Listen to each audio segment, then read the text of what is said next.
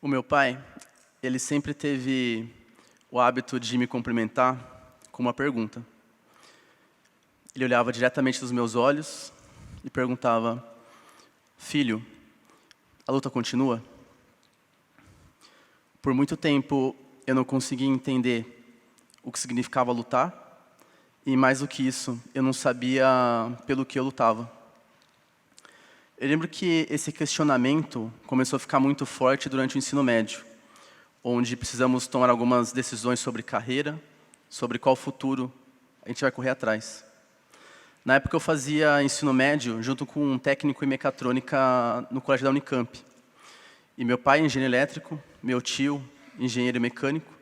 Então eu já estava com um caminho delineado. Eu seguiria aquela mesma trajetória. Só que ao mesmo tempo eu sentia um chamado crescente para estudar comunicação, arte, publicidade. E eu tinha um terceiro sonho, que era montar um carrinho de caldo de cana. Porque eu sempre fui muito viciado em caldo de cana e eu percebi que na minha cidade ninguém investia para tentar fazer um negócio em cima disso, era sempre só o carrinho. E esses questionamentos, eles mexeram até com a minha irmã, que ela veio conversar comigo um dia, na época ela era 5 anos mais nova, ela continua 5 anos mais nova. E ela falou: "Davi, se você realmente for seguir seu sonho e montar um carrinho de caldo de cana, eu vou com você, eu vou vender pipoca, porque eu gosto muito de pipoca." Eu lamento decepcionar, esse não é um TED sobre como dois irmãos criaram um negócio de caldo de cana e pipoca, mas a história é tão boa quanto. Quando eu comecei a pensar sobre jornada, sobre percurso, o qual eu seguiria, eu fui falar com o meu grande mentor, falar com o meu pai. Eu falei: "Pai, eu sei que eu estou estudando mecatrônica, estou seguindo esse caminho para a engenharia, só que a cada dia que passa eu sinto um chamado para comunicação, para artes. Eu queria saber o que você acha." E a expressão facial era de total preocupação, enquanto ele falava: "Não, sim, pesquisa, olha, às vezes vale a pena." E eu comecei a investigar o porquê que ele estava com aquela ansiedade, porque ele ficou preocupado. E eu percebi que o maior motivo era uma preocupação um pouco financeira. Porque ele acreditava que se eu seguisse o caminho da engenharia, o caminho já estava delineado, já tinha meio que um sucesso garantido. Então eu propus um desafio. Eu tinha 16, 17 anos. Eu falei: "Pai, se no próximo mês eu conseguir levantar R$ 5.000, só usando comunicação e arte, você acha que seria meio que uma prova para que realmente mostrar que esse caminho é bacana?" Ele deu risada e falou: "Não, tudo bem, filho, pode arriscar." Durante o próximo mês, eu desenvolvi um projeto de uma blusa para o meu colégio e eu coloquei o logo da Unicamp gigante nas costas, porque eu sabia que meu pessoal era muito novo, tinha 15 até 18 anos, e eles tinham muito orgulho de fazer parte da Unicamp tão cedo. E a gente vendeu muito rápido, vendeu mais de 100 unidades, e passou em muito o valor que foi pré-estipulado. E aquilo foi bacana porque não apenas mostrou para o meu pai que era um caminho legal, mas também foi a partir daquele momento que eu decidi que eu ia me tornar um designer. Muito prazer, meu nome é Davi Rodrigues. Hoje já se passaram mais de 10 anos que eu trabalho com design, comunicação, e hoje aqui eu vim compartilhar um pouquinho dessa paixão que eu tenho com o design com vocês. O primeiro ponto é a gente tentar entender o que é o design, como é que ele funciona. Se a gente olha isso no dicionário, a gente percebe que o design ele pode ser o conceito de qualquer produto ou serviço, baseado na forma como ele funciona e como ele se parece, ponto de vista estético. Só que esse conceito ele é abstrato, é difícil de a gente colocar ele no cotidiano, no dia a dia. Quando a gente olha para as pessoas que trabalham com design, fica muito mais fácil. Então a gente tem, por exemplo, o designer gráfico, que ajuda você a criar o seu logo, sua identidade visual. A gente tem também designer de interface, que pensa nos detalhes do aplicativo que você utiliza no dia a dia, para se comunicar, para se relacionar. A gente tem um designer de interiores, que consegue projetar esse espaço, imaginar onde que tem que ficar uma porta, onde que tem que ficar o palco, qual que é a entrada ideal para colocar uma escada. Só que não para por aí. A gente tem designer de processo, designer de produto, designer de joia, até designer de sobrancelha. E o que conecta essas pessoas para eles terem essa paixão pelo design? Então, eu gosto de olhar para grandes titãs do design e pensar como que eles pensam, né? Tipo, tentar entrar na mente deles. Um deles foi o Steve Jobs, que ele define que o design não é apenas como aquilo parece, como você sente, como o cheiro, o toque. Ele também é muito como aquilo funciona. A gente tem também o Gerald Spool, que é um grande designer de experiência. E ele define que qualquer pessoa que influencia no processo do que o design se torna, automaticamente essa pessoa já é um designer. E por último, eu trago o Tim Brown. Ele define que o design está em todo lugar. Dessa forma, qualquer pessoa é um designer. E eu demorei um pouco para assimilar esses conceitos, esses titãs do design. Porque eu pensava, nossa, mas estou estudando aqui faz tanto tempo, 5, 6, 7 anos, faculdade, graduação, curso técnico, e qualquer pessoa pode ser um designer. Qual que é essa ideia que eles queriam passar?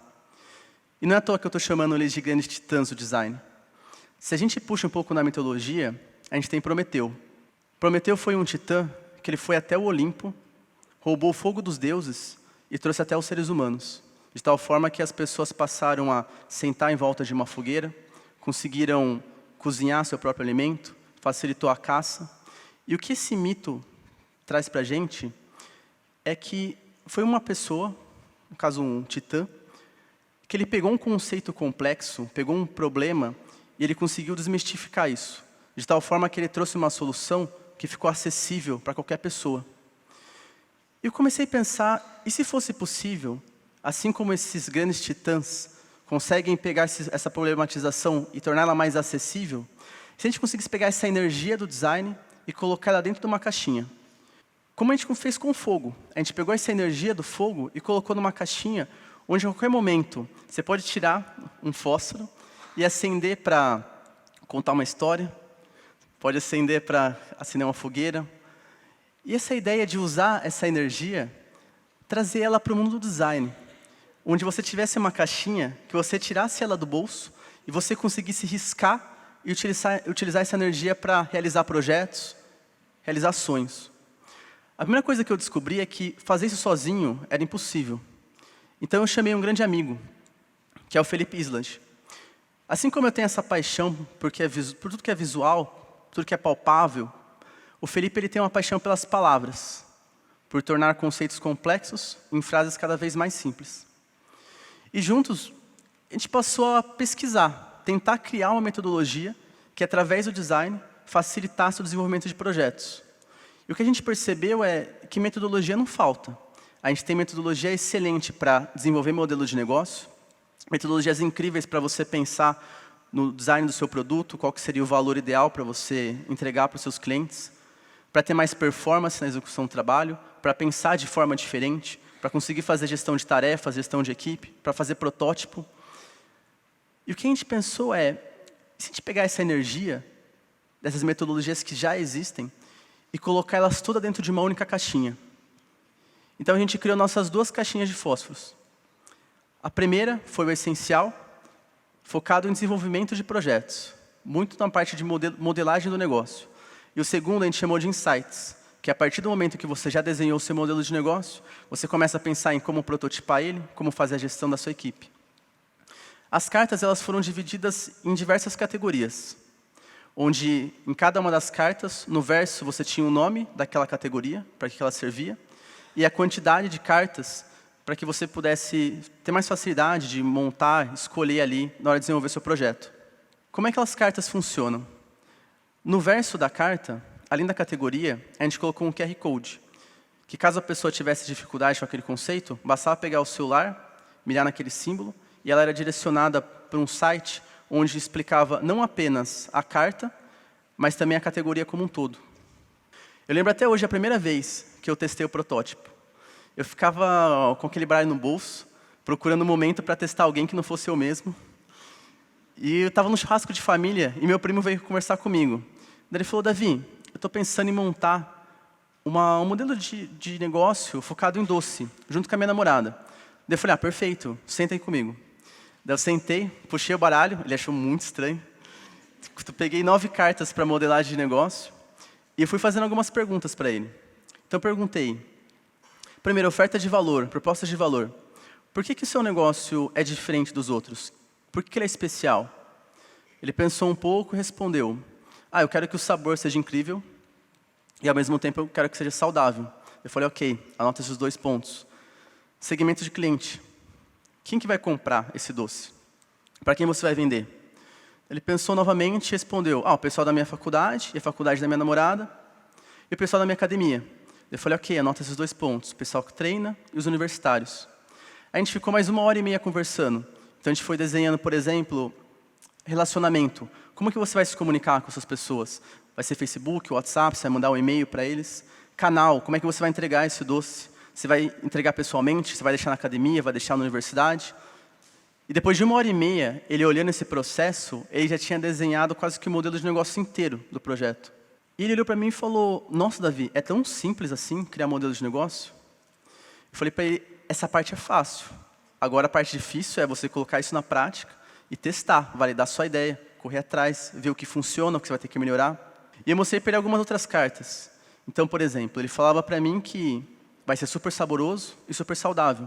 Então, a gente pega, por exemplo, hipótese de valor. Como é que ele prova isso? Como é que prova se é realmente gostoso? Ele leva num grupo para testar? Como é que ele testa se é nutritivo? Ele faz uma parceria com o laboratório, leva para o nutricionista? Hipótese de crescimento.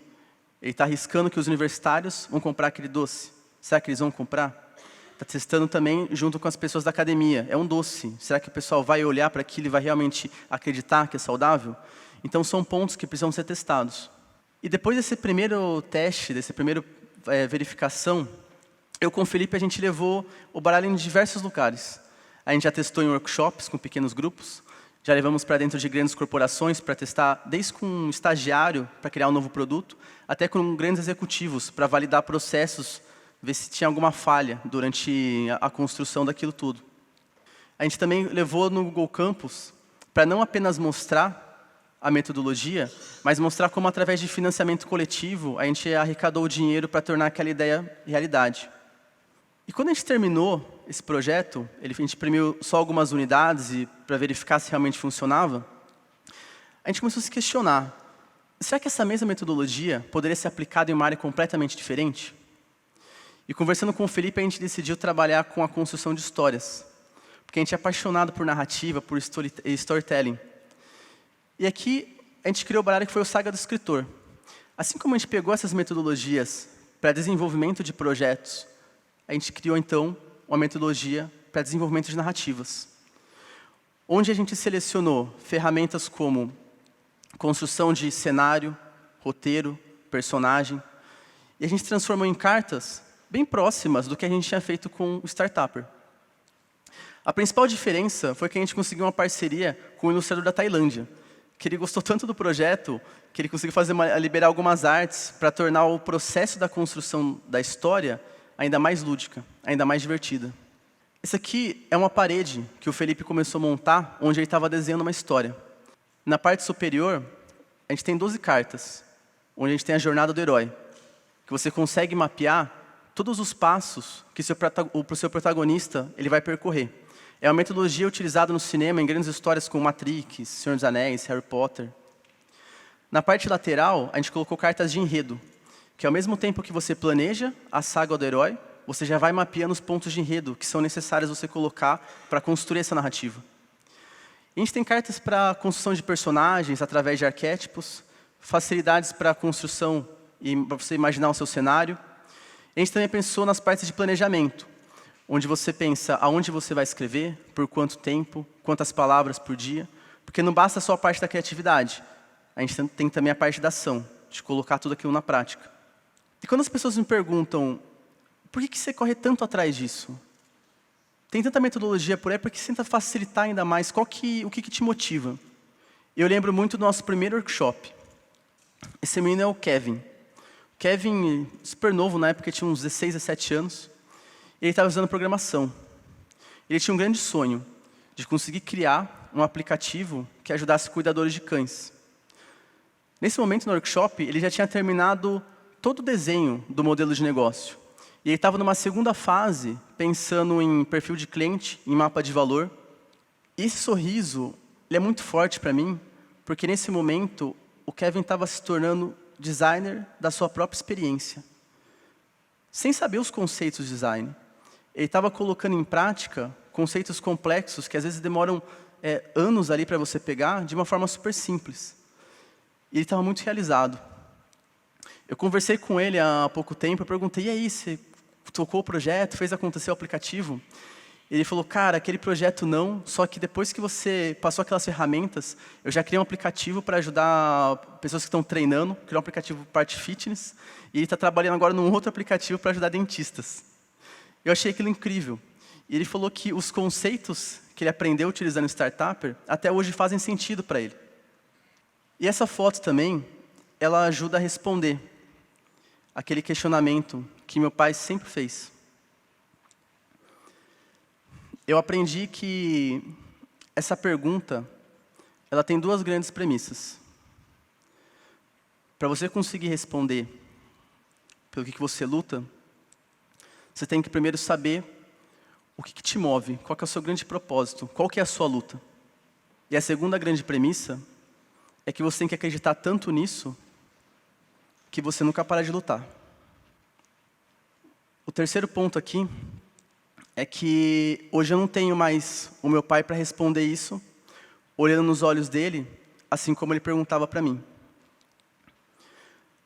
Só que eu consigo responder essa pergunta através do legado dele que permanece vivo em mim.